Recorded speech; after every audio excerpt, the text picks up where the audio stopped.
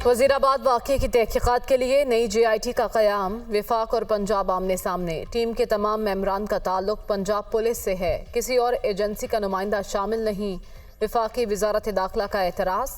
सूबाई मुशीर दाखिला ने मौक़िफ़ मुस्तरद कर दिया।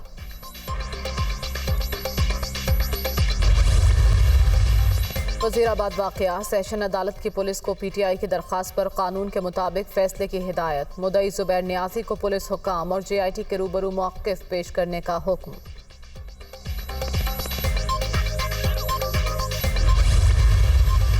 और बाचोड़ में सिक्योरिटी फोर्सेस और दहशतगर्दों के दरमियान फायरिंग। नाइक ताज मोहम्मद शहीद, एक दहशतगर्द हलाक।